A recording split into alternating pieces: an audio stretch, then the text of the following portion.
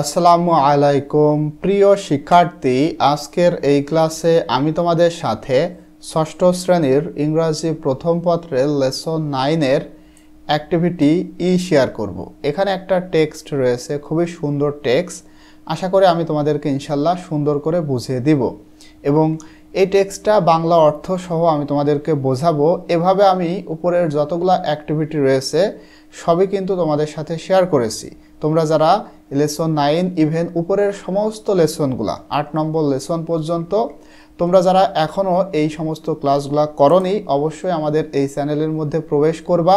করে এখানে দেখো প্লেলিস্ট রয়েছে, এখানে যদি আসো, এটা হলো তোমাদের ইংরেজির সেকেন্ড পেপার গ্রামার শেখার প্লেলিস্ট। আর এখানে দেখো ফার্স্ট পেপার, তোমরা যদি এটা প্লে করো তাহলে এখান থেকে সিরিয়ালি সবগুলো ক্লাস তোমরা করতে পারবে। ঠিক আছে, আশা করি তোমরা এভাবে ক্লাসগুলো করতেছো। আর ফেসবুক থেকে দেখতে তোমরা এই পেজটি লাইক ফলো দিয়ে রাখবে। ঠিক আছে, তো দেখো এখানে বলা হচ্ছে proverb says health is wealth. একটা প্রবাদ বলে, তার মানে একটা প্রবাদ বাক্য রয়েছে, হেলথ ইজ ওয়েলথ, স্বাস্থ্য হয় সম্পদ, তার মানে স্বাস্থ্যই সম্পদ। এটা একটা প্রবাদ বাক্য। টু কিপ হেলদি, স্বাস্থ্যভাবে থাকতে, স্বাস্থ্যসম্মত থাকতে, ইজ টু কিপ, অবশ্যই যেটা আমাদেরকে রাখতে হবে সেটা হলো free from disease and anxiety. Disease মানে রোগ আর এনজাইটি মানে দুশ্চিন্তা। আমাদেরকে অবশ্যই রোগ থেকে এবং দুশ্চিন্তা থেকে মুক্ত থাকতে হবে, তাহলে আমরা স্বাস্থ্যসম্মত থাকতে পারবো। Good health is proper functioning of all body organs.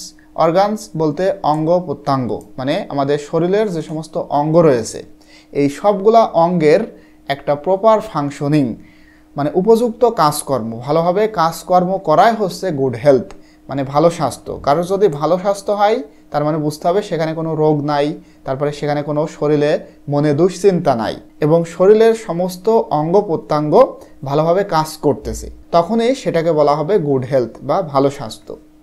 It is also feeling well both in body and in mind, এবং এটা আরও অনুভব করাই ভালো, মানে আমরা সুস্থ আছি এটা অনুভব করাই বোথ উভয় দিক থেকে, অর্থাৎ ইন বডি শরীর অ্যান্ড ইন মাইন্ড এবং মনের, শরীর এবং মনের ভালো অনুভবই হচ্ছে ভালো স্বাস্থ্য। People in good health are active. People in good health, যে সমস্ত মানুষের ভালো স্বাস্থ্য তারা আর অ্যাক্টিভ, তারা সক্রিয়, চেয়ারফুল মানে আনন্দিত, অ্যান্ড হ্যাপি এবং হ্যাপি হয়, সুখী হয়।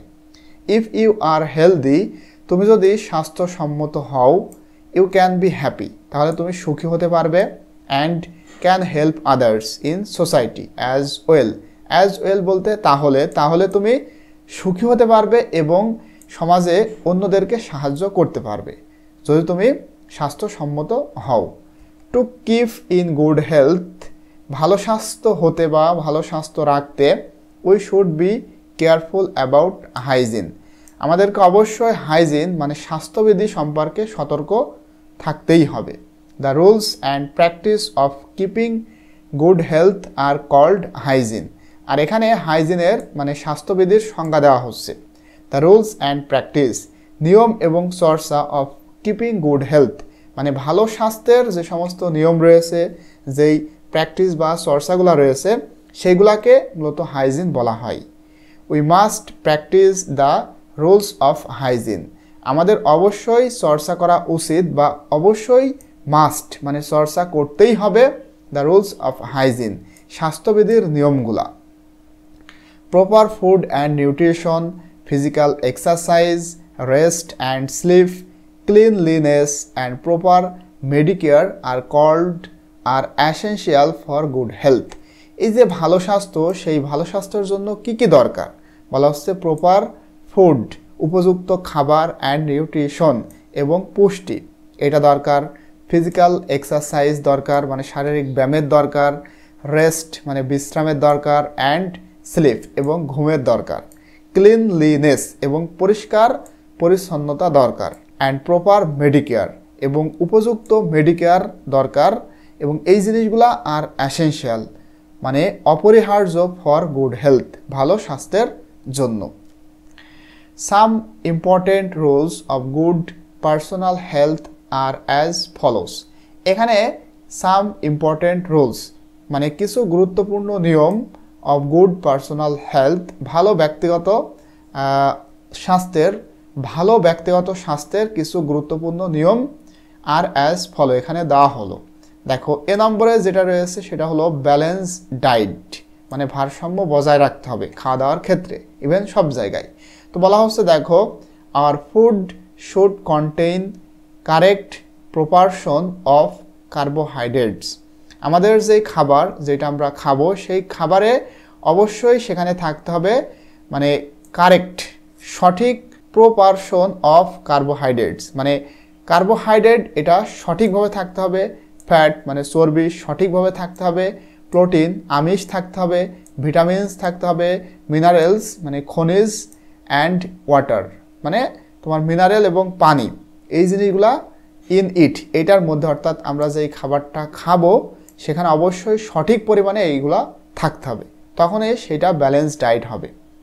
বিতে পার্সোনাল হাইজিন মানে ব্যক্তিগত স্বাস্থ্যবিধি, we should follow the personal health practice such as, মানে অবশ্যই আমাদের অনুসরণ করতে হবে বা অনুসরণ করা উচিত ব্যক্তিগত স্বাস্থ্যর কিছু চর্চা, সাচ অ্যাজ যেমন আমাদের কি করতে হবে, wash your hands before eating, যখন তুমি খাওয়া দাওয়া করবা সেটার বিফোর মানে পূর্বে অবশ্যই তোমার হাত ধৌত করতে হবে।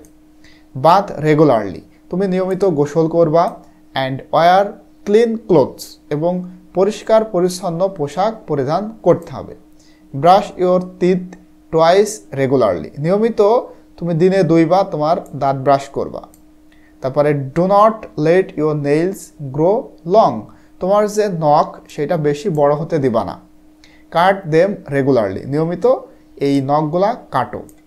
এরপরে wash your feet and hands, মানে পা এবং হাত ধৌত করতে হবে বিফোর গোয়িং টু বেডে অর্থাৎ শুতে যাওয়ার পূর্বে।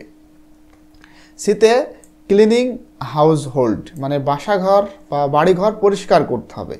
We should keep our household and environment clean, আমাদের উচিত আমাদের বাড়িঘর এবং পরিবেশ পরিষ্কার পরিচ্ছন্ন রাখা। ডিতে taking clean food and water, আমাদেরকে মানে পরিষ্কার পরিচ্ছন্ন খাদ্য এবং পানি নিতে হবে বা পান করতে হবে বা খেতে হবে। Hour food should be fresh, আমাদের যে খাবার সেটা হতে হবে ফ্রেশ মানে সতেজ, ক্লিন পরিষ্কার পরিচ্ছন্ন, অ্যান্ড প্রপারলি কুকড, এবং সঠিকভাবে রান্না হতে হবে। And water should be pure, এবং পানি যেটা আমরা পান করব সেটা অবশ্যই বিশুদ্ধ হতে হবে, পিওর হতে হবে। এই নম্বরে টেকিং রেগুলার এক্সারসাইজ, নিয়মিত আমাদের চর্চা বা ব্যায়াম করতে হবে।